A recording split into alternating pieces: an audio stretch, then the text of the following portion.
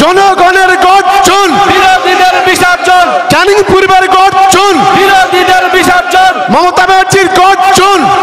সেই সন্দেশখালী, যে সন্দেশখালী নিয়ে আজকের একটা অংশের পেড নিউজ, একটা অংশের পেড মিডিয়া আর ভারতীয় জনতা পার্টি থেকে শুরু করে ভারতের মার্ক্সবাদী কমিউনিস্ট পার্টি, যারা প্রতিদিন প্রতিনিয়ত মিথ্যা কথা বলে গোটা বাংলার মানুষকে বিভ্রান্ত করতে চাইছে। 90% মিথ্যা কথা বাংলার মা বোনেদের সামনে নিয়ে এসে আজকের বাংলার মা বোনেদের অসম্মান করতে চাইছে। আমাদের লড়াইটা সেই জায়গায়।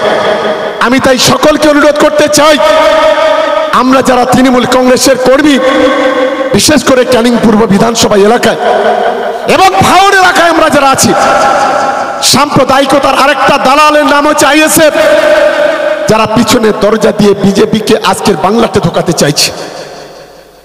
প্রতিদিন প্রতিনিয়ত বিজেপি যারা দালালটি করে, সেই দালাল আইএসএফ এর যিনি নেতা, সেই নওশাদ সিদ্দিকী থেকে শুরু করে তার যে দোসরগুলো আছে, শুধু ভাওর নয়, গোটা বাংলা থেকে ক্যানিং থেকে উকড়ে ফেলে দিতে হবে। সেই দায়িত্ব তৃণমূল কংগ্রেসের কর্মীদের নিতে হবে। আমরা জানি কিছু দালাল আছে, দু একজন, যে দালালগুলো প্রতিদিন প্রতিনিয়ত সংখ্যালঘুদের মধ্যে বিভাজন তৈরি করার চেষ্টা করে, যে দালাল প্রতিদিন প্রতিনিয়ত জাতপাতের রাজনীতি তৈরি করে অরাজকতা বিশৃঙ্খলা তৈরি করে। আমাদের লড়াইটা হচ্ছে তাদের বিরুদ্ধে। আমি ক্যানিং পূর্ব বিধানসভা তৃণমূল কংগ্রেসের কর্মীদের কাছে মাথা নত করে বলি, আপনারা আমাদের 2011 সালে 2016 সালে আমাকে বিধায়ক করেছিলেন, প্রতিমাদিকে 2014 সালে আপনার সাংসদ করেছিলেন। আপনাদের সম্মান আমরা রাখতে পেরেছি। আজ গোটা ক্যানিং পূর্ব বিধানসভা এলাকায় অলিতে গলিতে পিচের রাস্তা, কংক্রিটের রাস্তা তৈরি করেছি। সারা বিধানসভায় যদি 1 কিলোমিটার রাস্তা যদি খুঁজতে যাই, খুঁজে পাচ্ছি না। সমস্ত রাস্তাগুলো মমতা বন্দ্যোপাধ্যায় তার আশীর্বাদ, তার দোয়া, তার অনুপ্রেরণায় আজকে ক্যানিং পূর্ব বিধানসভায় আমরা করতে পেরেছি। চোখ রেখে যদি লড়াই করতে পারে, সেটা হলো ক্যানিং পূর্ব বিধানসভার কর্মীরা পারে, এটা নিশ্চিতভাবে আমরা জানি। আমরা 2014 সালে এই লোকসভাতে যখন প্রতিমাদি 1,62,08,000 ভোটে যেতে, তখন আপনারাই সেদিন এখান থেকে 62,000 ভোটে লিড দিয়েছিলেন। 2019 সালে যখন প্রতিমাদি 3,16,000 ভোটে যেতে, আপনারা এই ক্যানিং পূর্ব বিধানসভা 13টা অঞ্চল আর 18 বাকিয়া নারায়ণপুরে মিলিয়ে 1,71,300 ভোটে লিড দিয়ে ইতিহাস তৈরি করেছিলেন। আমি তাই আপনাদের বলবো, এই লড়াই অধিকারের লড়াই, এই লড়াই আমাদের বাঁচার লড়াই। যখন এই বিজেপির ধান্দাবাজরা ভোট চাইতে যাবে, তাকে জিজ্ঞাসা করবেন, একবার জিজ্ঞাসা করবেন, 100 দিনের কাজের টাকাটা কোথায়? কোন স্বার্থে গরিব মানুষের ঘরের টাকা বন্ধ করে রেখেছ? জিজ্ঞাসা করবেন, কেন গরিব মানুষের আজকের গ্রামের রাস্তাঘাটের টাকা বন্ধ? জিজ্ঞাসা করবেন, রাজনৈতিক স্বার্থে কেন বাংলার স্বাস্থ্য খাতে টাকা বন্ধ? কেন মিড ডে মিলের টাকা বন্ধ? কেন আজকে সর্বশিক্ষা অভিযানে বাচ্চা বাচ্চা ছেলেরা যারা লেখাপড়া শিখবে তাদের টাকা বন্ধ হলো? আগামী দিনে আমার মা বোনেরা থেকে শুরু করে ভাই বোনেরা ওই বিজেপির অপদার্থদের চোখে চোখ রেখে জিজ্ঞাসা করতে হবে।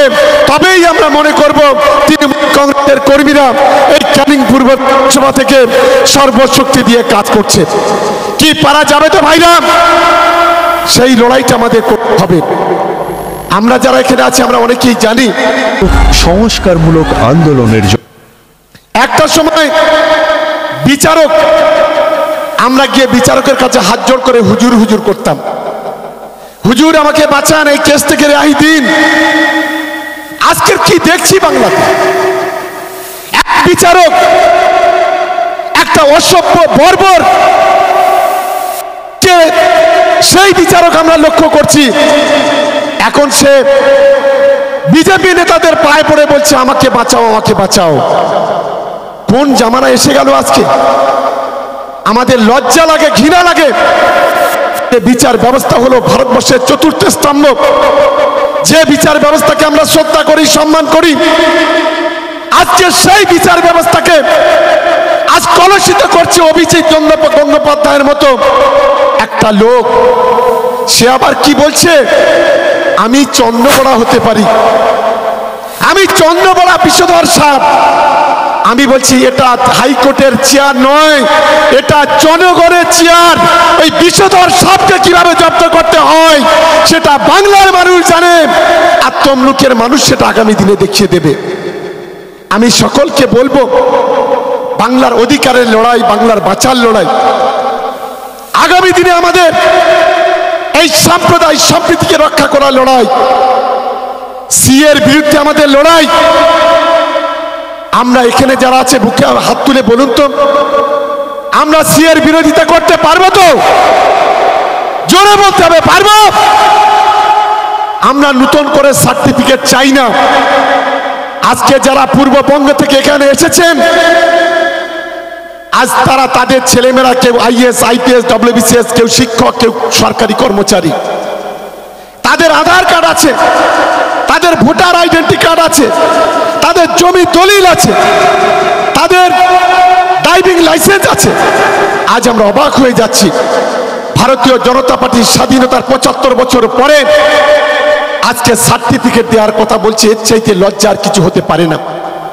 আমি তাই আপনাদের কাছে অনুরোধ করবো, এই লক্ষ্য একটাই, যে আগামী দিনে সিএর মাধ্যমে হিন্দু মুসলমানদের মধ্যে দাঙ্গা বাঁধাও, আগামী দিনে সিএর মাধ্যমে জাতপাতের রাজনীতি করো, আগামী দিনে সিএর মাধ্যমে গোটা বাংলা জুড়ে রক্তের হোলি খেলা করো। এই কর্ম আজকের ভারতীয় জনতা পার্টি করতে চাইছে। আর বিশেষ করে